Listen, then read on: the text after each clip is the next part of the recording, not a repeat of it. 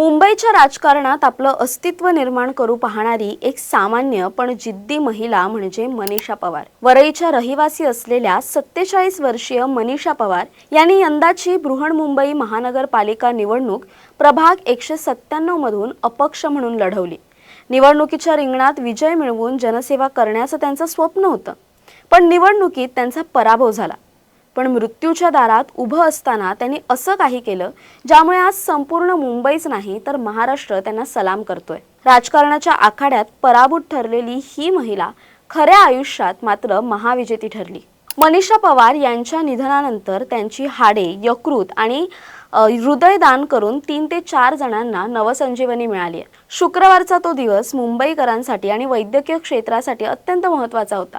माहीमच्या SL Raheja रुग्णालयात मनीषा पवार यांनी अखेरचा श्वास घेतला, पण त्यांचं हृदय अद्याप धडधडत होतं दुसऱ्या कोणाच्या तरी शरीरात जगण्यासाठी। माहीम ते मुलुंड हे मुंबईतील अतोनाट ट्रॅफिकचं अंतर पार करणं सोपं नव्हतं, मात्र मुंबई पोलीस आणि डॉक्टरांच्या समन्वयातून एक ग्रीन कॉरिडॉर तयार करण्यात आला।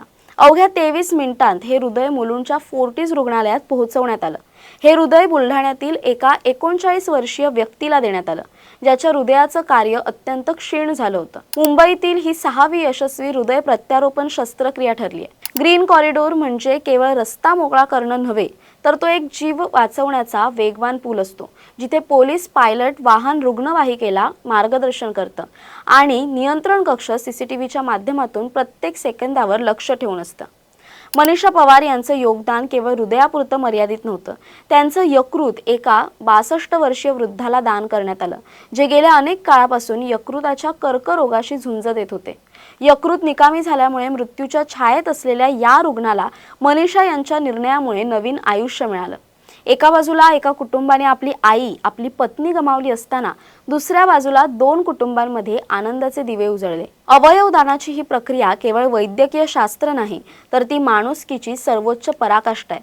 मनीषा यांनी दिलेला हा वारसा आता त्यांच्या हाडांच्या दानातूनही पुढे सुरू राहणार आहे, ज्यामुळे भविष्यात अनेक रुग्णांच्या शस्त्रक्रियांना मदत होईल।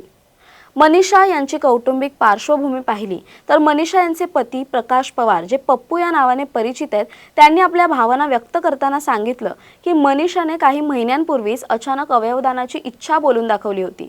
प्रकाश पवार यांचा भूतकाळ मुंबईच्या गुन्हेगारी जगताशी जोडलेला होता।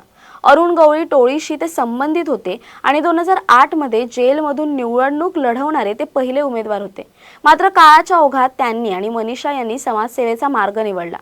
राजकारणात येण्यामागे त्यांचा हेतू लोकांची सेवा करणं हाच होता।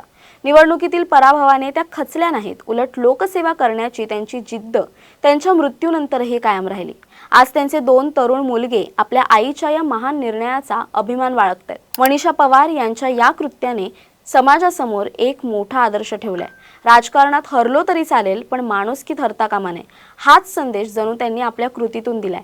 मुंबईसारख्या धावपळीच्या शहरात जिथे माणूस माणसाला विसरत चाललाय, तिथे एका महिलेने जाता जाता दुसऱ्याच्या शरीरात जिवंत राहण्याचा घेतलेला हा निर्णय कौतुकास्पद आहे।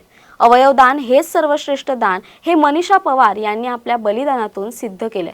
वरळीच्या या रणरागिणीला आज संपूर्ण मुंबई विनम्र अभिवादन करते, कारण त्या निवडणुकीत जरी हरल्या असल्या तरी कोट्यावधी जनतेच्या मनात त्यांनी कायमचं स्थान जिंकलंय।